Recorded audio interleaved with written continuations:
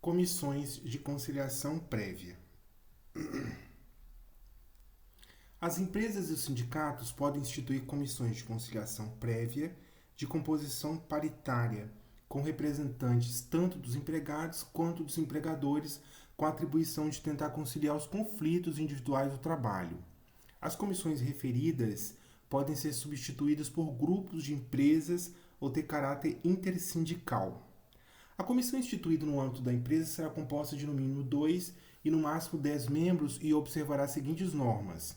Metade dos membros é indicada pelo empregador e a outra metade é eleita pelos empregados em escrutínio secreto, fiscalizado pelo sindicato de categoria profissional. Haverá na comissão tantos suplentes, tantos quanto forem os representantes titulares. O mandato dos seus membros titulares e suplentes é de 1 ano, permitida uma recondução. É vedada a dispensa dos representantes dos empregados membros da comissão de conciliação prévia, titulares e suplentes, até 1 ano após o final do mandato, salvo se cometerem falta grave nos termos da lei. O representante dos empregados desenvolverá seu trabalho normal na empresa, afastando-se de suas atividades apenas quando convocado para atuar como conciliador.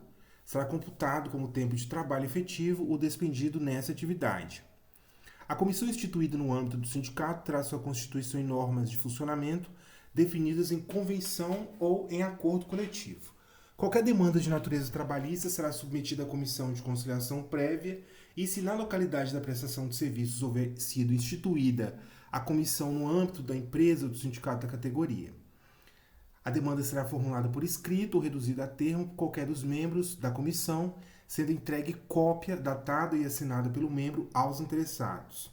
Não prosperando a conciliação, será fornecida ao empregado e ao empregador declaração da tentativa conciliatória frustrada com a descrição de seu objeto, firmada pelos membros da comissão, que deverá ser juntada à eventual reclamação trabalhista.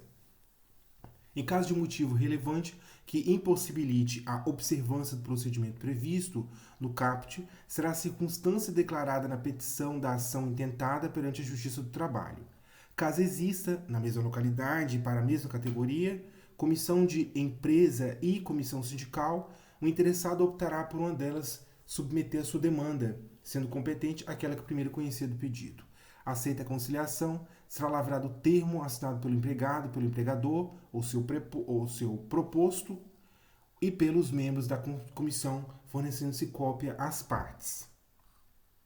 O termo de conciliação é título executivo extrajudicial e tem eficácia liberatória geral, exceto quanto às parcelas expressamente ressalvadas.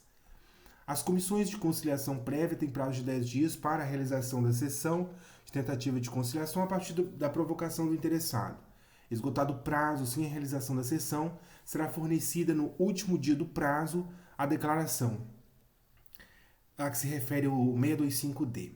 O prazo prescricional será suspenso a partir da provocação da comissão de conciliação prévia e começando a fluir pelo que lhe resta, a partir da tentativa frustrada de conciliação ou do esgotamento do prazo previsto no 625.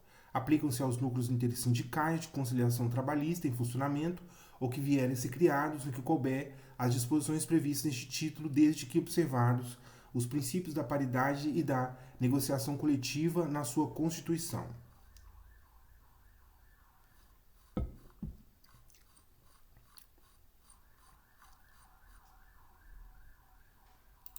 Agora eu vou pular alguns artigos que não caem nas provas.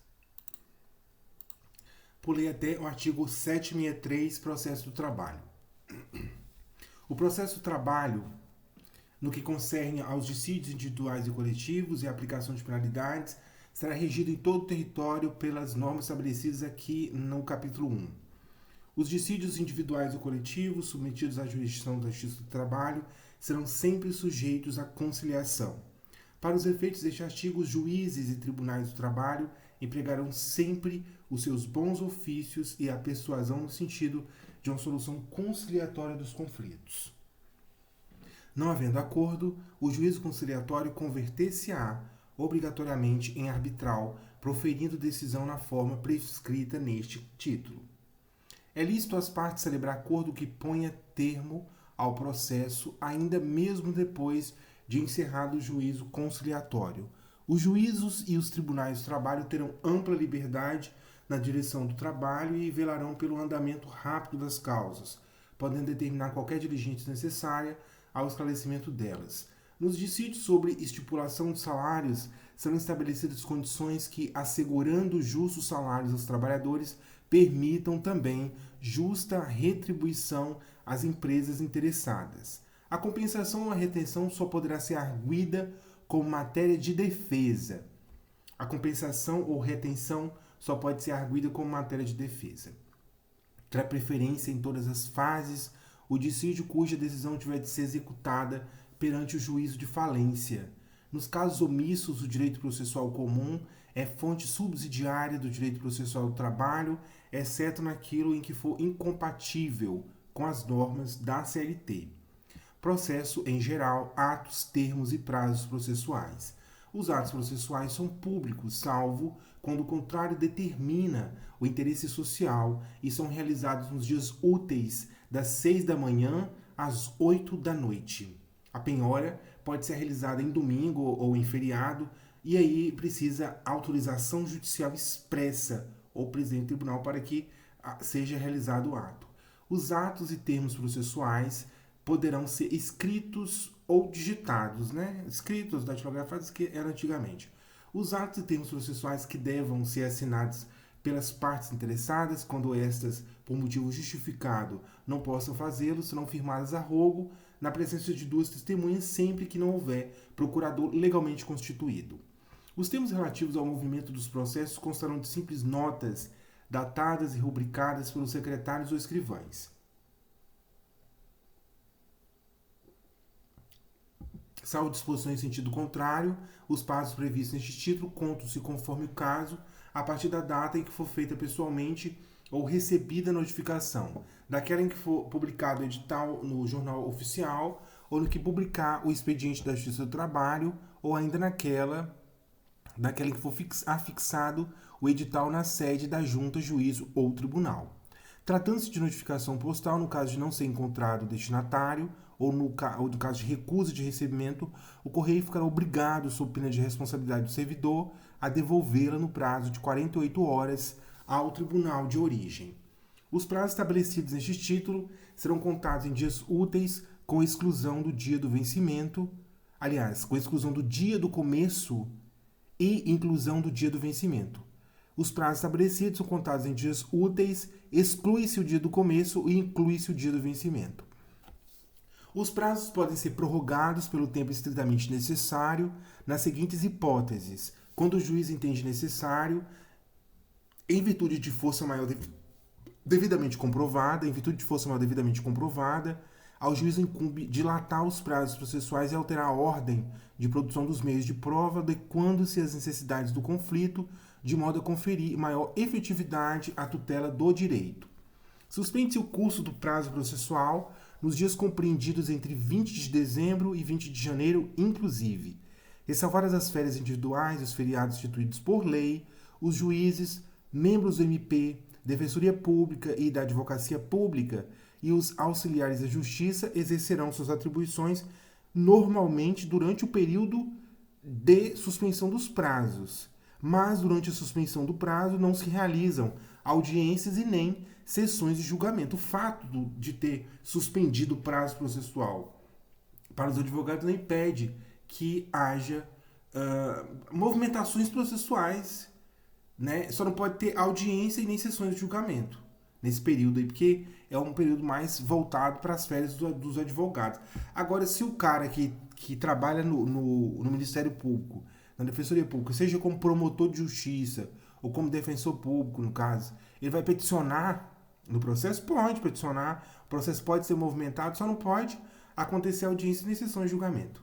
O vencimento dos prazos será certificado nos processos pelos escrivães e pelos secretários, ou pelos secretários. Requerimentos, documentos apresentados, atos e termos processuais, petições e razões de recurso e qualquer outro papel referente aos feitos formarão aos autos dos processos, quais ficarão sob a responsabilidade dos escrivães ou secretários. Os autos dos processos da Justiça do Trabalho não podem sair dos cartórios ou secretarias, a não ser quando for solicitado por advogado regularmente constituído, né, pelas partes, ou quando eles tiverem de ser remetidos aos órgãos competentes em caso de recurso ou requisição.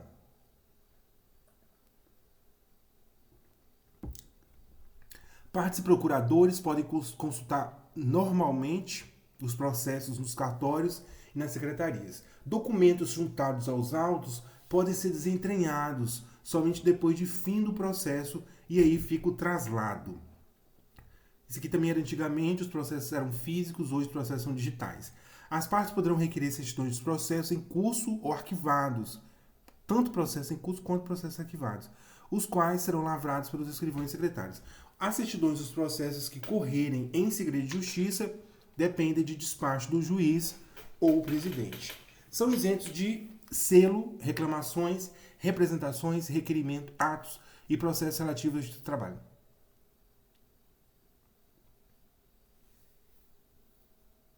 Ok. A distribuição das reclamações é feita entre as juntas de conciliação e julgamento e também... ok.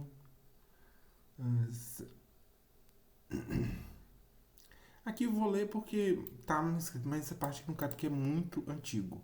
Reclamação verbal não se faz mais. Será distribuída antes da redução a termo. Primeiro faz a reclamação e depois reduz a termo. Primeiro faz a reclamação verbal e depois reduz a termo. Então a reclamação verbal é distribuída antes da redução a termo. Distribuída a reclamação verbal, o reclamante deverá, salvo motivo de força maior, apresentar-se no prazo de 5 dias ao cartório da secretaria para reduzi-la a termo sob pena de ser estabelecida no 731. A reclamação escrita deve ser formulada em 2 vias e desde logo acompanhada dos documentos em que se fundar. Feita a distribuição, a reclamação será remetida pelo distribuidor à junta ou juízo competente acompanhada do bilhete de distribuição. Custas e emolumentos. Nos dissídios individuais e nos dissídios coletivos, nas ações e procedimentos de competência da Justiça do Trabalho, bem como nas demandas propostas pela Justiça Estadual, no exercício da jurisdição trabalhista, as custas relativas ao processo de conhecimento, elas são calculadas à base de 2%, observado o mínimo de R$ 10,64 e o máximo de 4 vezes o limite máximo dos benefícios do regime geral de previdência, tá? As custas no processo trabalhista são 2%, mínimo de 10,64 e máximo de 4 vezes o teto do INSS, 4 vezes o teto do INSS. É o máximo que você pode cobrar de custas, no caso, né? Quando houver acordo ou condenação sobre esse valor do acordo ou da condenação. Foi um acordo de 10 mil, então 2% sobre 10 mil. Foi a condenação em 10 mil, 2% sobre 10 mil. Quando é um processo extinto, sem julgar o mérito ou julgado totalmente improcedente, aí vai usar o valor da causa. Quando houver extinção do processo sem julgamento do mérito ou julgado totalmente improcedente o pedido, vai usar o valor da causa. Extinção do processo sem julgar o mérito ou julgado totalmente improcedente o pedido. No caso de procedência do pedido formulado em ações declaratórias ou ações meramente constitutivas, vai usar o valor da causa também. Quando o valor é indeterminado, aí o juiz vai fixar. Acordo ou condenação fácil é sobre o valor. Valor indeterminado, o juiz fixa. É uma extinção? É um julgamento totalmente improcedente? É uma procedência em declaratória ou em meramente constitutiva? Você vai usar o valor da causa. As custas serão pagas pelo vencido após o trânsito em julgado da decisão. No caso de recurso, as custas são pagas e comprovado o recolhimento dentro do prazo recursal. Não sendo líquida a condenação, o juiz ele vai arbitrar o valor e vai fixar o montante das custas devidas.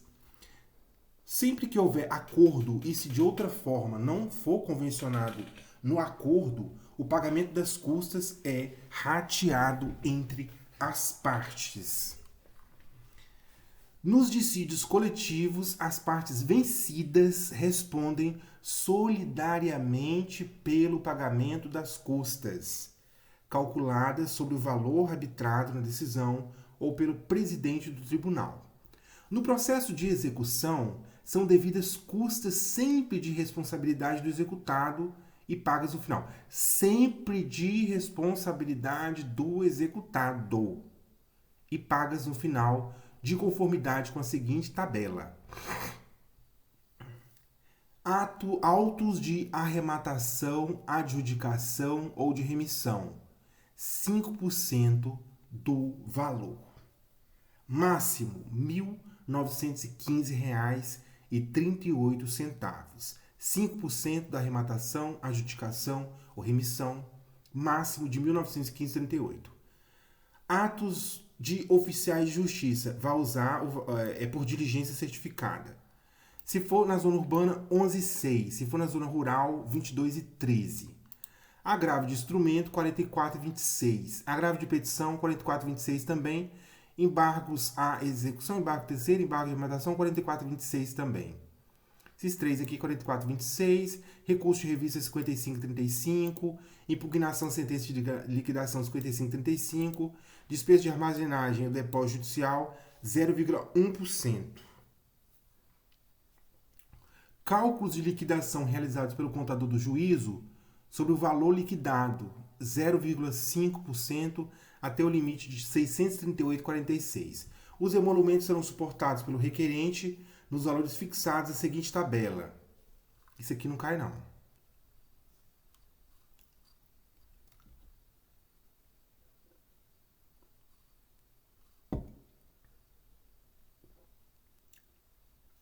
Nas varas, nos juízos de direito onde que atua, usando causas trabalhistas, nos tribunais e no TST, a forma de pagamento das custas e emolumentos obedecerá às instruções que serão expedidas pelo TST. Tratando-se de empregado que não tenha obtido o benefício da justiça gratuita ou isenção de custos, o sindicato que houver intervindo no processo responderá solidariamente pelo pagamento das custas devidas. No caso de não pagamento das custas, será feita a execução da respectiva importância, segundo o procedimento estabelecido no capítulo 5 deste título. É facultado aos juízes, órgãos julgadores presidentes de tribunais, qualquer instância considere requerimento de ofício o benefício da justiça gratuita, inclusive quanto traslados instrumentos àqueles que percebem salário igual ou inferior a 40% do benefício do INSS, do teto do INSS, na verdade. O benefício da justiça gratuita será concedido à parte que comprovar insuficiência de recursos para o pagamento das custas do processo. Só vou voltar aqui para dizer que, em se tratando de conceder o benefício da gratuidade da justiça, juízes, órgãos, julgadores, presidentes de tribunais, eles podem conceder tanto a requerimento quanto de ofício. É importante destacar. Às vezes a gente fica dando de ofício, sim, de ofício. O benefício da justiça gratuita, inclusive quanto a traslado e tal. Aí ele vai analisar o processo, se ele quiser conceder a CLT não impede, não. O benefício de justiça gratuita será concedido comprovar a insuficiência de recursos para pagamento. Ok. Isentos de custas.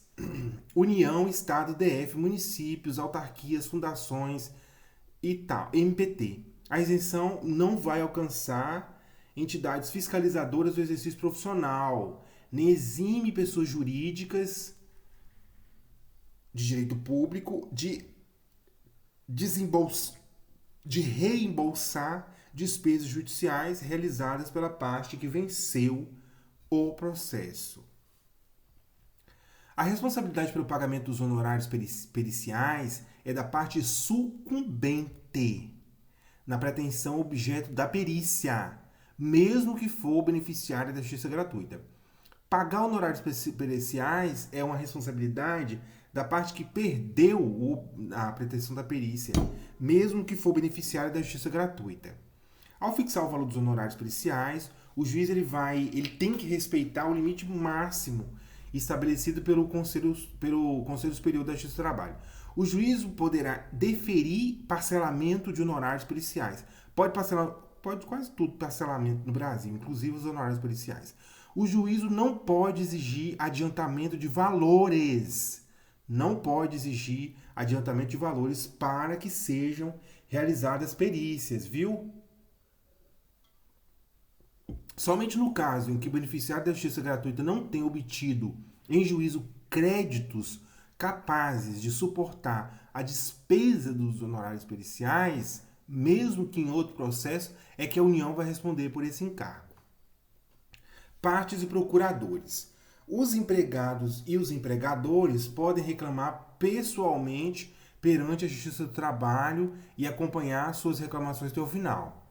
Nos dissídios individuais, os empregados e empregadores podem fazer-se representar por intermédio do sindicato, advogado, solicitador ou provisionado inscrito na OAB.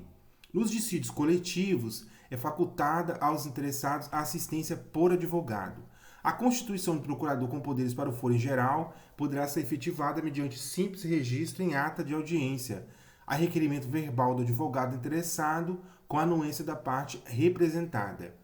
Ao advogado, ainda que atue em causa própria, são devidos honorários de sucumbência, mínimo de 5%, máximo de 15% sobre o valor que resultar da liquidação da sentença, do proveito econômico obtido, ou se não for possível mensurá-lo, sobre o valor atualizado da causa.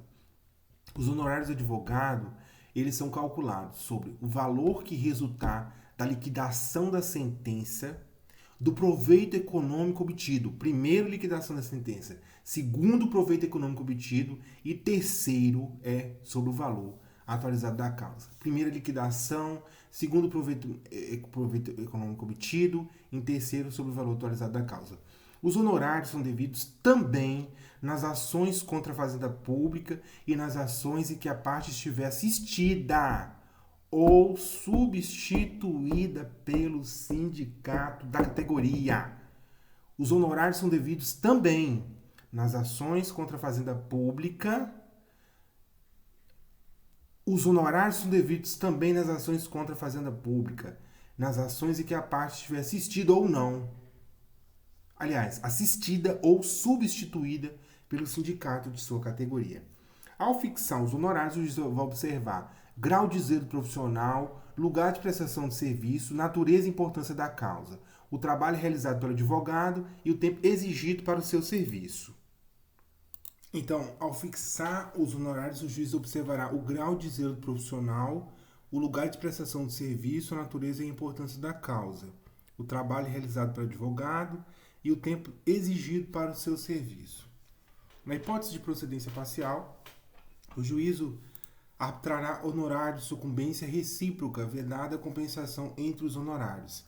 Vencido o beneficiário da justiça gratuita, desde que não tenha obtido em juízo, ainda que em outro processo, créditos capazes de suportar a despesa, as obrigações decorrentes de sua sucumbência ficarão sob condição suspensiva de exigibilidade, somente poderão ser executadas se nos 2 anos subsequentes ao trânsito de julgado da decisão que a certificou o credor demonstrar que deixou de existir a situação de insuficiência de recursos que justificou a concessão de gratuidade, extinguindo-se, passado esse tempo, tais obrigações do beneficiário.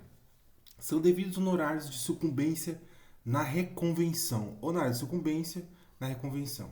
A reclamação trabalhista do menor de 18 anos será feita por seus representantes legais e, na falta destes, pela Procuradoria de Justiça do Trabalho e pelo sindicato, pelo MP estadual ou curador nomeado em juízo.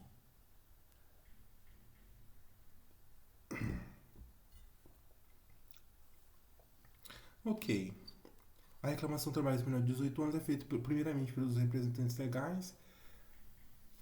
Se você não tiver representantes legais, quem faz é a Procuradoria da Justiça do Trabalho ou o sindicato, ou até mesmo pelo Ministério Público Estadual, curador, nomeado pelo juízo. O que dá para refletir aqui? Primeiro é que a lei sabe que menor de idade pode precisar trabalhar. Tá vendo que o menor de 18 anos é porque pode acontecer de você encontrar no trabalho um menino de 13 anos trabalhando. É ilegal? É ilegal. Ele vai receber? Ele vai receber, mesmo se ele legal, porque ele trabalhou. Porque se ele não receber, ele trabalha escravo. Então, essa reclamação trabalhista dele, que ele trabalhou, vai ser feita pelos representantes legais ou, geralmente, o que se pode imaginar é que uma criança de 13 anos trabalhando, de 13 anos, ela muito provavelmente é de uma família de muito provavelmente, pode acontecer um caso de que não seja, mas muito provavelmente, a maioria dos casos, é de pessoas hipossuficientes. Aí, nesse caso, o hipossuficiente não tem como saber direitos. Ele não sabe. Então, quem vai fazer a peça, a reclamação trabalhista desse menorzinho, vai ser um promotor de justiça, procurador do trabalho, sindicato, Ministério Público Estadual, curador. Então, assim, a CLT, ela pensando nisso, né, que já lá em 1900, quando a CLT foi feita, ela falou assim, peraí, e o menor de idade? Então, são devidos honorários de sucumbência, né? Se alguém tinha dúvida de que são devidos honorários advocatícios, honorários de sucumbência na reconvenção, agora não tem mais. Se alguém tinha. Porque nós temos no 791A, na parágrafo 5º, que são devidos honorários de sucumbência na reconvenção. Tá? Ok, vamos lá. Responsabilidade por dano processual.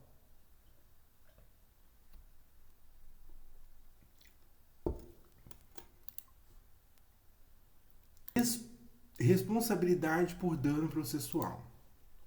Responde por perdas e danos aquele que litigar de má fé como reclamante, reclamado ou interveniente. Então, qualquer um responde, né? O reclamante, o reclamado, o interveniente. Tem má fé pro juiz, né? Ele não litiga. Que litiga são as partes. O reclamante, reclamado, interveniente. Né? Eu sou juiz, estou aqui. Lá estão as partes. Pode ser pode ser a parte reclamante. Aliás, pode ser a parte reclamante, direito. Pode ser a parte reclamada ou o interveniente. Responde por perdas e danos aquele que litigar de má fé. O que é litigância de má fé? O que é litigante de má fé? Deduz pretensão ou defesa, uma pretensão ou uma defesa contra texto expresso de lei ou fato incontroverso. Pode se considerar litigante de má fé, deduz uma pretensão ou uma defesa contra texto expresso de lei ou fato incontroverso. Altera a verdade dos fatos, usa do processo para conseguir objetivo ilegal, opõe resistência injustificada no andamento do processo, procede de modo temerário em qualquer incidente ou ato do processo, provoca incidente manifestamente infundado e interpõe recurso com um intuito meramente protelatório, manifestamente protelatório. Deduz pretensão, reclamante, defesa contra texto expresso de lei ou fato incontroverso, altera a verdade dos fatos, usa do processo para conseguir objetivo ilegal, se opuser resistência injustificada ao andamento do processo, procede de modo temerário em qualquer incidente ou ato do processo, provoca incidente manifestamente infundado e interpõe recurso com intuito manifestamente protelatório. De ofício a requerimento, o juiz ele vai condenar o litigante de má-fé a pagar multa, bolso, vai doer no bolso, que vai ser de 1% a 10% do valor corrigido da causa. Aqui, o primeiro momento é que vai condenar o litigante de má-fé.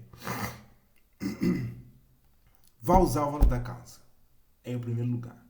Na execução, a liquidação de sentença, o proveito econômico obtido, mas aqui é o valor corrigido da causa. Tá? É o valor corrigido da causa. De 1 a 10% do valor corrigido da causa. A indenizar a parte contrária pelos prejuízos que essa sofreu. E também vai arcar com os honorários advocatícios e com todas as despesas que efetuou. É para isso que serve a justiça, meu amigo. É para isso que serve a justiça. É para isso que serve a justiça.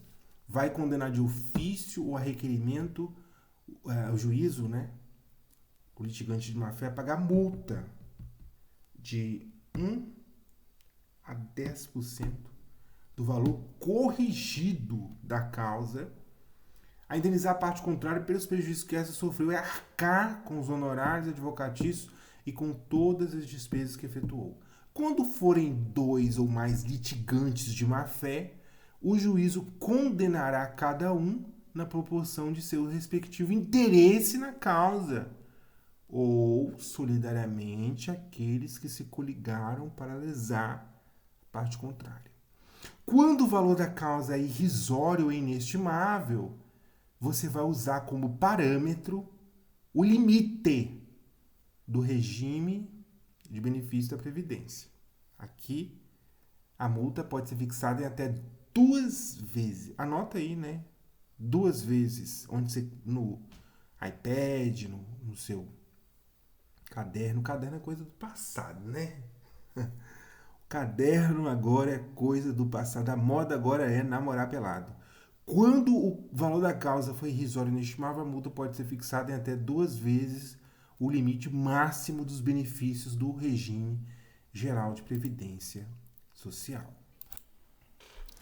Então, de ofício o requerimento da parte, né?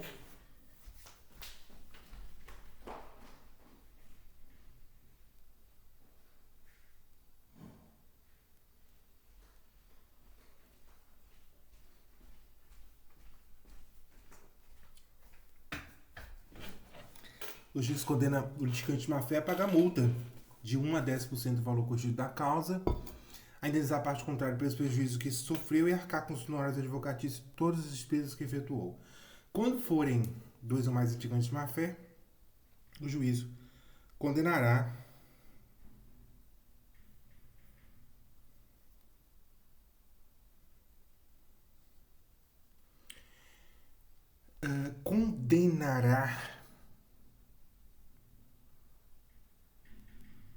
cada uma proporção de seu respectivo interesse na causa, solidariamente aqueles que coligaram para lesar a parte contrária. Quando o valor da causa for irrisório ou inestimável, a multa pode ser fixada em até 2 vezes o limite máximo dos benefícios do regime geral da Previdência. O valor da indenização é fixado pelo juízo ou, caso não seja possível mensurá-lo, o valor da indenização é fixado pelo juízo. Se não tem como mensurar, vai liquidar por arbitramento ou pelo procedimento comum nos próprios autos. Aplica-se a multa prevista no 793C, 1 a 10%, a testemunha que intencionalmente altera a verdade dos fatos ou omite fatos essenciais ao julgamento da causa. Ela não é um litigante de má-fé, porque ela não é litigante, mas ela é uma testemunha. Então, a pena dela é de 1 a 10. A execução da multa prevista neste artigo será nos mesmos autos. Nos mesmos autos. Testemunha mentiu, omitiu, multa. Como que executa a multa? Nos mesmos autos, ok? Nos mesmos autos do processo. Beleza? Nulidades. Nos processos sujeitos à apreciação da Justiça do Trabalho, só haverá nulidade quando resultar dos atos inquinados manifesto prejuízo às partes. As nulidades não são declaradas senão mediante provocação das partes, as quais deverão arguí-las a primeira vez em que tiverem de falar em audiência ou nos autos. Deverá, entretanto, ser declarada de ofício a nulidade fundada em competência de foro. Nesse caso, serão considerados nulos os atos decisórios, tá?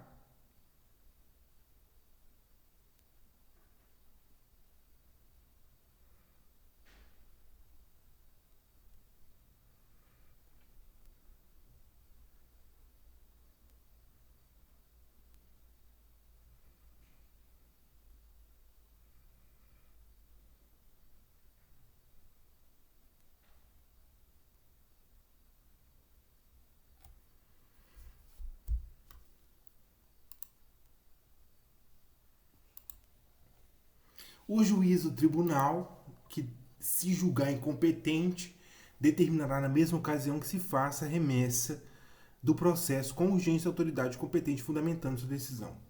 A nulidade não será pronunciada quando for possível suprir a falta, repetir o ato, quando arguida por quem tiver dado causa.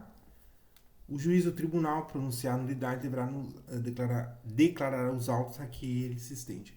A nulidade do ato não prejudicará serão os posteriores que dele dependam ou sejam consequência. Exceções. Nas causas da jurisdição deste trabalho, somente podem ser opostas com suspensão do feito as exceções de suspeição ou incompetência. Nas causas de trabalho, somente podem ser opostas com suspensão, repito, com suspensão, com suspensão, com suspensão, com suspensão, com suspensão, com suspensão, com suspensão. As exceções de suspeição ou incompetência. Suspeição do juiz ou incompetência, não pode julgar lá. Ó, que grave. O juiz é suspeito. Precisamos verificar se realmente ele é suspeito. Vamos suspender o processo. Ixi, é incompetente. Colocou aqui, mas não é aqui o processo. Bora ver?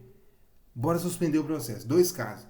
Juiz competente ou juiz suspeito ou incompetência do juízo trabalhista, tá? Só tem esses 2 casos que suspendem o processo. Somente podem ser opostas com suspensão do feito exceções. Suspeição e incompetência. As demais exceções podem ser alegadas, óbvio, mas elas entram como matéria de defesa. Não suspende o processo. Só suspeição, só incompetência. Só suspeição, só incompetência. Só suspeição, só incompetência. Das decisões sobre exceções de suspeição e incompetência, salvo quanto a estas, se terminativas do feito, ou seja, na sentença, não cabe recurso, podendo, no entanto, as partes alegá-las novamente no recurso que couber da decisão final. Das decisões sobre exceções de suspeição de competência, salvo quando a essas se terminativas do feito, não cabe recurso, podendo, no entanto, as partes alegá-las.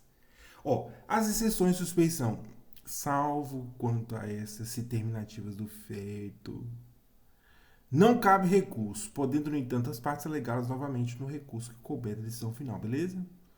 Apresentada a exceção de competência territorial, no prazo de 5 dias, a contar da notificação, antes da audiência, e em peça que sinalize a existência dessa exceção, seguir-se-á o procedimento estabelecido no artigo que vamos ver agora, no 800. Apresentada a exceção de competência territorial, no prazo de 5, não são 15, não são 10, são 5. 5 dias. Não são 5, não são 10, e não são 15, são 5. A contar da notificação antes da audiência em peça que sinaliza a existência dessa exceção, seguir-se ao procedimento estabelecido nesse artigo. Protocolada a petição, aqui é incompetência mesmo, né? Suspende. A protocolada a petição será suspenso o processo e não se realizará audiência até que se decida a exceção. Os autos serão imediatamente concluídos ao juiz, que intimará o reclamante e, se existentes, os litisconsortes para manifestarem, no prazo também comum de 5. Se entender necessária a produção de prova oral, o juiz vai designar a audiência, garantindo o direito de o recipiente de suas testemunhas serem ouvidos por carta precatória no juízo que este houver indicado como competente. Decidida a exceção de competência territorial, o processo retoma seu curso com a designação de audiência, apresentação de defesa e instrução processual perante o juízo competente, tá bom?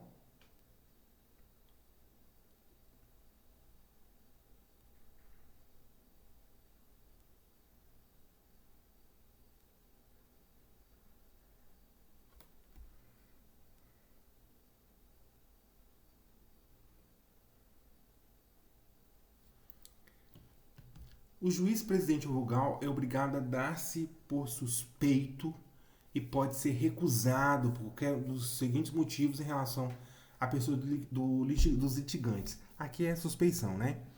Uma inimizade pessoal, uma amizade íntima, um parentesco por consanguinidade ou afinidade até o terceiro grau, interesse particular na causa. São 4 itens, né? Ou inimizade, ou inimizade pessoal, ou uma amizade íntima, um parentesco, né? Parente do juiz até o terceiro grau, ou interesse particular na causa.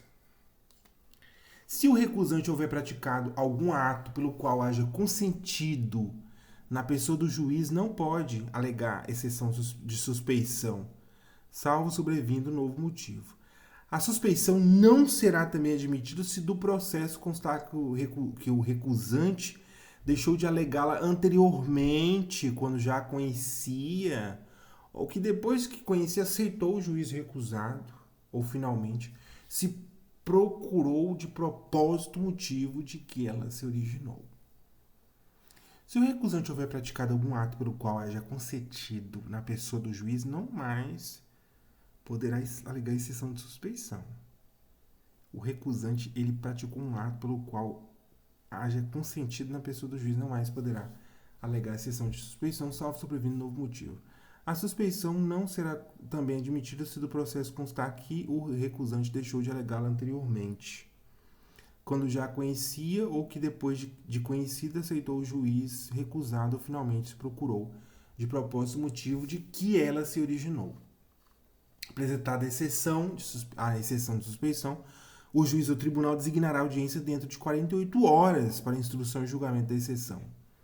Nas juntas de conciliação e julgamento nos tribunais regionais, julgado procedente à exceção de suspeição, será convocado para a mesma audiência ou sessão para a seguinte ou suplente do membro suspeito, o qual continuará a funcionar no feito até a decisão final, proceder-se-á na mesma maneira quando algum dos membros se declarar suspeito.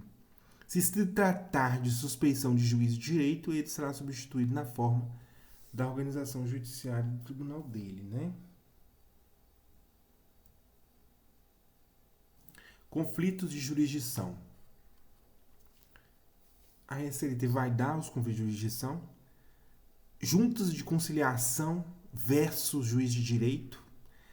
Entre tribunais regionais, entre juízes, tribunais de trabalho, órgãos de justiça ordinária, câmaras de TST, etc. Etc. não, né? Dar-se-á conflito de jurisdição quando ambas as autoridades se considerarem competentes. Quando ambas as autoridades se considerarem incompetentes. Os conflitos de jurisdição podem ser suscitados pelos juízes e tribunais do trabalho, pelo procurador-geral e pelos procuradores regionais da Justiça do Trabalho, pela parte interessada ou seu representante.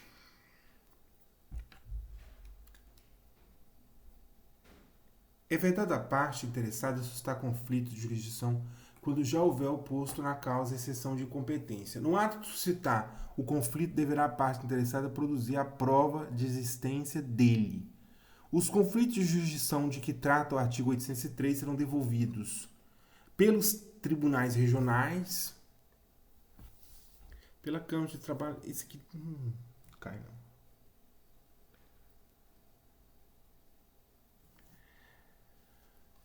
Nos conflitos de jurisdição entre juntas, não vai. Essa questão de conflito aqui usa CLT. Audiências. As audiências dos órgãos do Justiça do Trabalho, elas são públicas, são realizadas em dias úteis entre as 8 da manhã e as 18 horas, não podendo ultrapassar 5 horas seguidas, salvo quando houver matéria urgente. Em casos especiais, pode ser designado outro local para a realização das audiências, mediante edital fixado no juízo, com antecedência mínima de 24 horas. Sempre que for possível, poderão ser convocadas audiências extraordinárias, observado o prazo do parágrafo anterior. As audiências deverão estar presentes, comparecendo com a necessária antecedência, escrivães ou secretários. A hora marcada, o juiz ou presidente declarará aberta a audiência, sendo feita pelo secretário escrivão a chamada das partes, testemunhas e demais pessoas que devam comparecer. Se até 15 minutos após a hora marcada o juiz ou o presidente não comparecer, os presidentes poderão se retirar, devendo o ocorrido constar do livro de registro das audiências. O juiz ou presidente manterá ordem nas audiências, podendo mandar retirar do recinto os assistentes que a perturbarem. O registro das audiências será feito em livro próprio, constando de cada registro dos processos apreciados e a respectiva solução, bem como as ocorrências eventuais. Do registro das audiências poderão ser fornecidas certidões às pessoas que a requererem. Provas. Os ônus da prova incumbe ao reclamante quanto ao fato constitutivo de seu direito, ao reclamado quanto à existência de fato impeditivo, modificativo ou extintivo do direito do reclamante. Nos casos previstos em lei ou diante de peculiaridades da causa relacionadas à impossibilidade ou à excessividade ou excessiva dificuldade de cumprir o encargo nos termos deste artigo ou a maior facilidade de obtenção da prova do fato contrário, olha só, nos casos previstos em lei, primeiro caso, previstos em lei. Segunda hipótese, peculiaridades da causa relacionadas à impossibilidade. Terceira hipótese, excessiva dificuldade de cumprir o encargo. Quarta hipótese, maior facilidade de obtenção da prova do fato contrário. Primeira hipótese, A, casos previstos em lei. 2, peculiaridades da causa relacionadas à impossibilidade. 3, não é uma impossibilidade, é uma excessiva dificuldade de cumprir o encargo. 4, maior facilidade para se obter a prova do fato contrário. Nesses 4 casos, o juiz pode atribuir o ônus da prova de modo diverso, desde que o faça por decisão fundamentada, caso em que deverá dar parte a oportunidade de se desincumbir do ônus que lhe foi atribuído. Essa decisão deverá ser proferida antes da abertura da instrução e a requerimento da parte. Não é de ofício, é a requerimento da parte.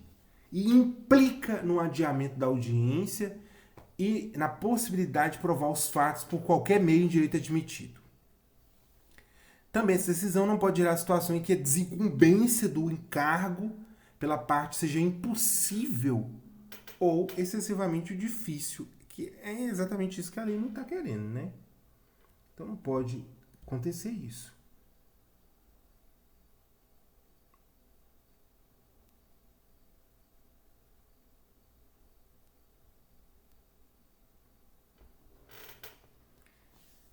O depoimento das partes e testemunhas que não souberem falar a língua nacional será feito por meio de intérprete nomeado pelo juiz ou presidente.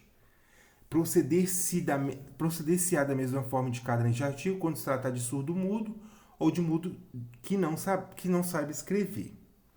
As despesas decorrentes do disposto neste artigo correrão por conta da parte sucumbente, salvo se beneficiária de justiça gratuita.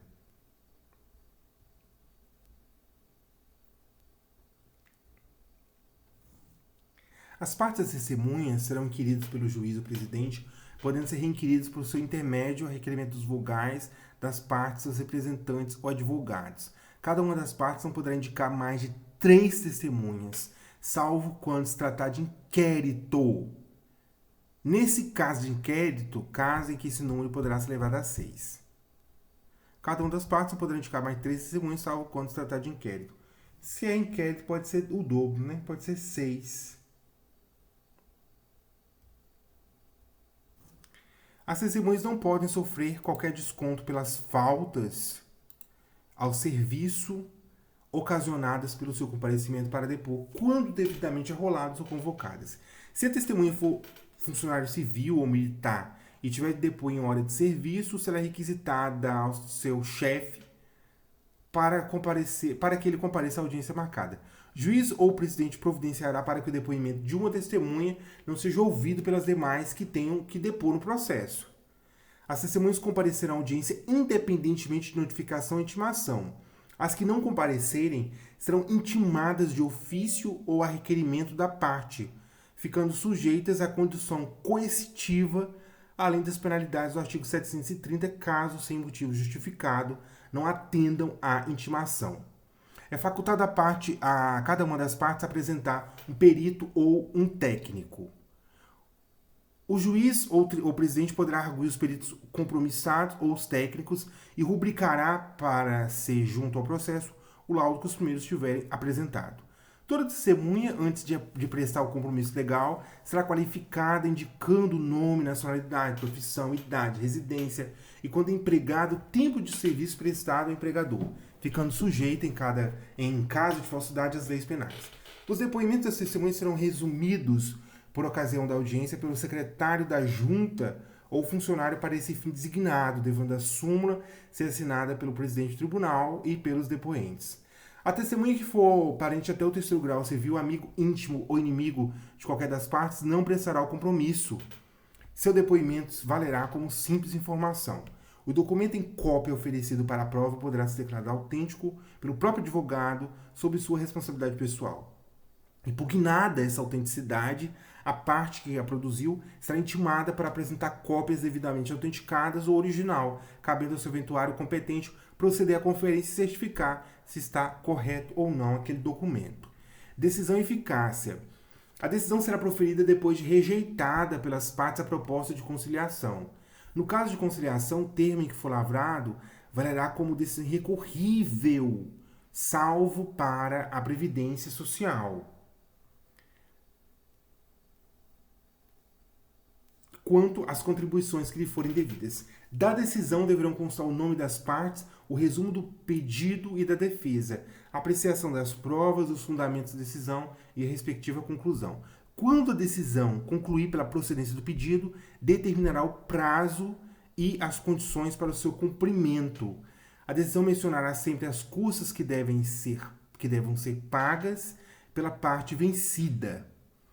As decisões cognitivas homologatórias deverão sempre indicar a natureza jurídica das parcelas constantes da condenação ou do acordo homologado, inclusive o limite de responsabilidade de cada parte pelo recolhimento da contribuição previdenciária, se for o caso.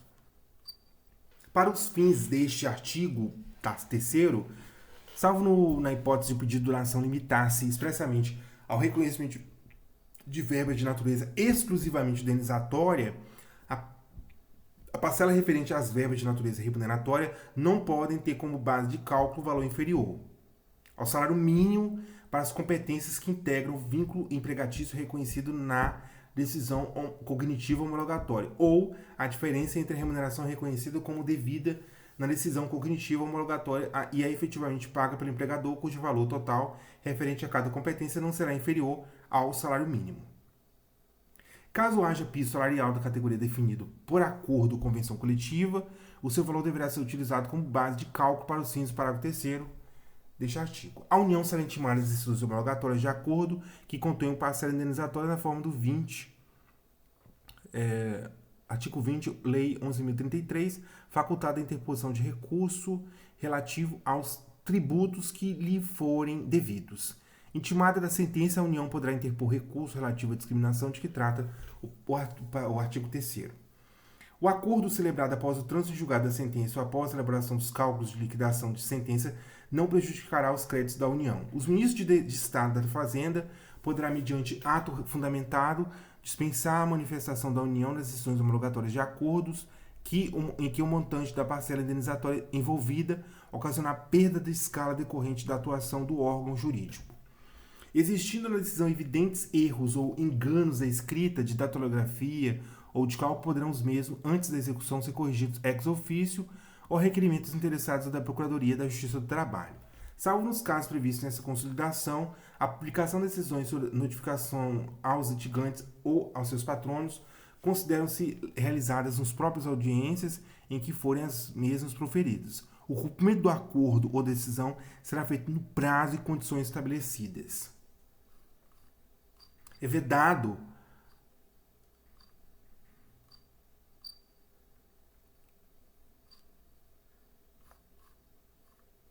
aos órgãos da Justiça do Trabalho conhecer de questões já decididas, excetuados os casos previamente previstos neste título e ação rescisória que será admitida na forma do Código de Processo Civil. Sujeitos ao depósito de 20% do valor da causa, salvo prova de miserabilidade jurídica do autor.